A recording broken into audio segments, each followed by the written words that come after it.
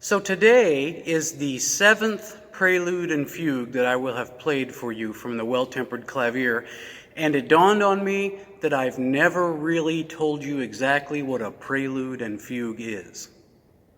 So, take out your pencils. We need to hear from the experts. Let's see.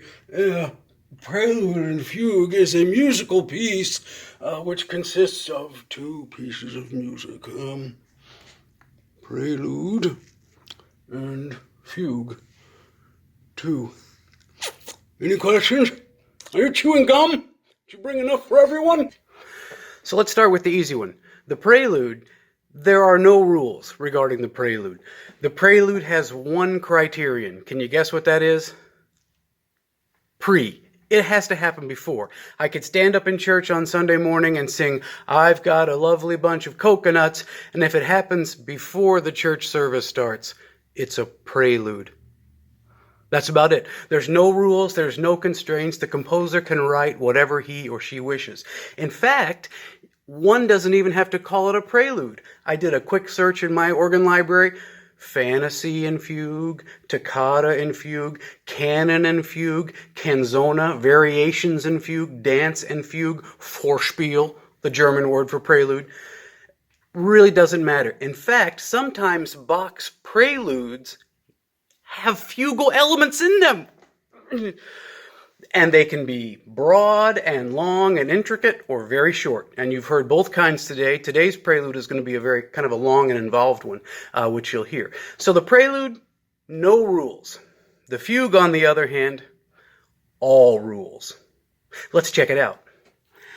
I brought along a more famous fugue that you might recognize. This is called the Little Organ Fugue in G minor. It's not little, but there's a bigger one, so that's how we tell the difference between the little organ fugue and anything larger. And this really lays out perfectly how a fugue is constructed. Every fugue begins with a single melody line. In this case,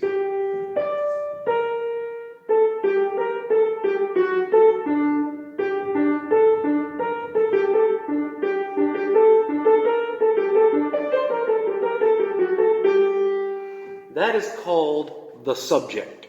And as subjects go, that's a pretty long one. Usually there are 2 or 3 measures. This one's 4.5, 5. So we've just heard the subject. And the subject is kind of a bachelor. He's all by himself. But then he meets somebody. Maybe takes a public speaking class.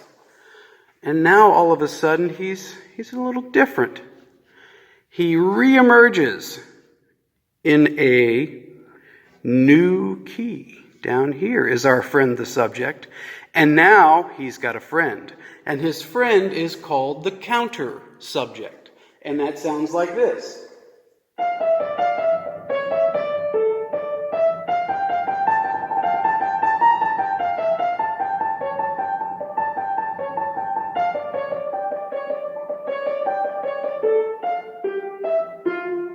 And from now on, wherever they go, subject and counter subject are going together. Together they sound like this.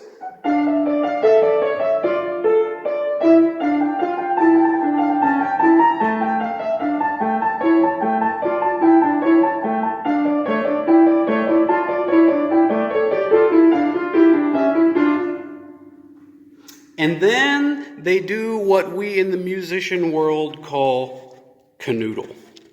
Or more technically, they have a little bit of an episode. And you know what almost always happens after an episode of canoodling? Here comes a third voice. And the third voice looks an awful lot like the first voice, just in a different key, or just in a different octave. I think might have something to do with the first 2 voices canoodling. So now we have 3 voices going, subject, in here is the counter subject somewhere, and the third voice is really just doing what he wants. All 3 parts together sound like this.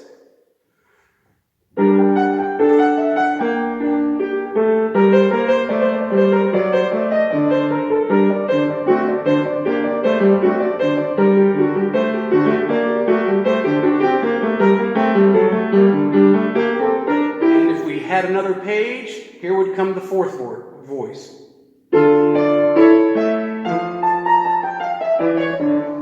So that's how fugues are constructed.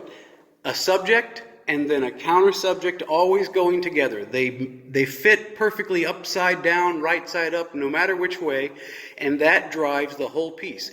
And after all four voices have come in a fugue, then the composer is free to do whatever he chooses, but he will always come back to those subjects and usually end the piece with a final subject. So today you're going to hear the Prelude and Fugue in E flat major from the Well-Tempered Clavier. And here's your homework assignment. Listen for the three different parts of the prelude, because the prelude is long and expansive in and of itself. The fugue goes by very quickly, so see if you can identify the subject, the counter subject, and when we've got canoodling going on.